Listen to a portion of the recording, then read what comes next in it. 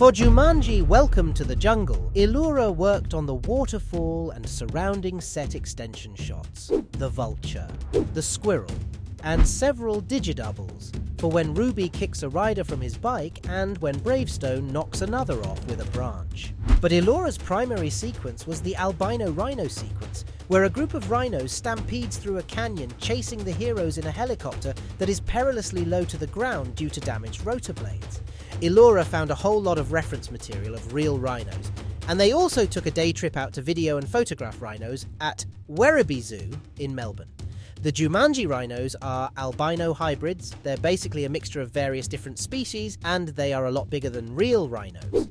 They sculpted them in ZBrush, textured them in Maya, and rendered them with V-Ray. Once they had a sign-off on the actual style of rhino, they built multiple variations, some with scars, and others with horns broken off and other texture variations, all based on their first initial sculpt. For the rigging, Iloura has a robust quadruped rig that they modified for the rhinos. The gallop was a real challenge because real rhinos don't really run about much, and when they do, they can only run around 65 kilometers an hour. The Jumanji rhinos were double the size, and so they could run about 120, but that's still slower than the stalling speed of the helicopter they were supposed to be gaining on. So they had to find a balance between making them fast while still maintaining their weight. They put a lot of time into the run cycle and working on the musculature and the flabbiness of their rhino's skin, because at speed it jiggled around far too much if they weren't careful and became comical. In the end, the audience needed to feel the jiggle more than see it. Once they had the basic gallop addressed, they introduced different characteristics to each of their paths, like slipping on stones, smashing trees, pushing boulders aside, or just colliding with one another. Each shot had to tell a slightly different story, so the run itself didn't appear repetitive. This was harder than you might think, because the rhinos are interacting with uneven terrain made of millions of boulders, rocks, pebbles, and debris, and the animators needed to know exactly where the ground was at all times. However, it was impossible for them to have such a detailed environment loaded into their animation scenes, so they put the rhinos into low-resolution versions of the sets in order to give the animators relatively smooth playback in their scenes.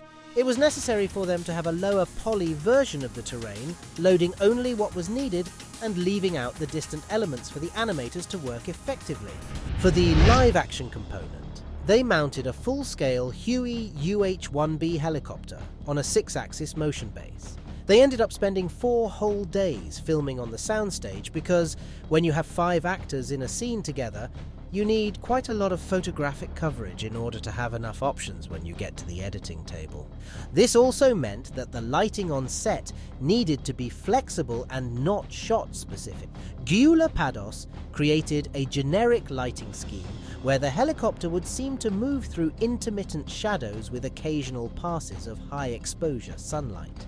Although the rhino sequence was the simplest to photograph, basically just 5 actors on gimbal-mounted Huey on a green screen stage in Atlanta, the post-production process for the sequence was the most intensive due to the challenge of matching the CG lighting to the stage lighting.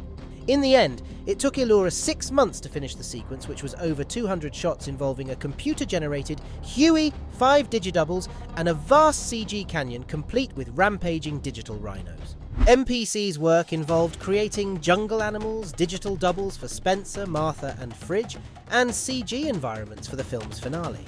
For the jaguars, on-set stuntmen dressed in black interacted with the actors by jumping on them and knocking them over. They also used stuffed big cat plushies to give the actors the right eye line. MPC's team then used reference photography of jaguars to help them craft the cats, and then they replaced the stuntmen with their digital jaguars.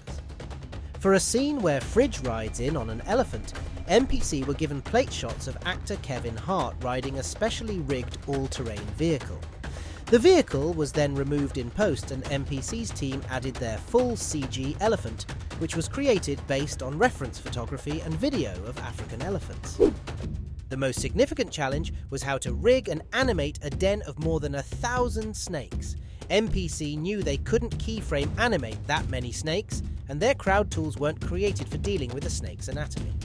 So their solution was to divide the den into smaller groups that they called pods. Their animators could then use keyframe animation to create the complex motion and interaction of the snakes within each pod, and this was then fed into their crowd system to add variation and swarm behaviour. In the film's final act, Spencer rides a dirt bike up a huge 60-metre jaguar statue in the jungle. In the movie, the motorcyclist riding up the slope to the statue is real. The environment, however, is completely CG. The rider was shot riding up a steep terrain in California and then rotoscoped and added to the rocky statue environment built by MPC. To create this scene, a practical jaguar head statue was built for Dwayne to climb, with a green screen background.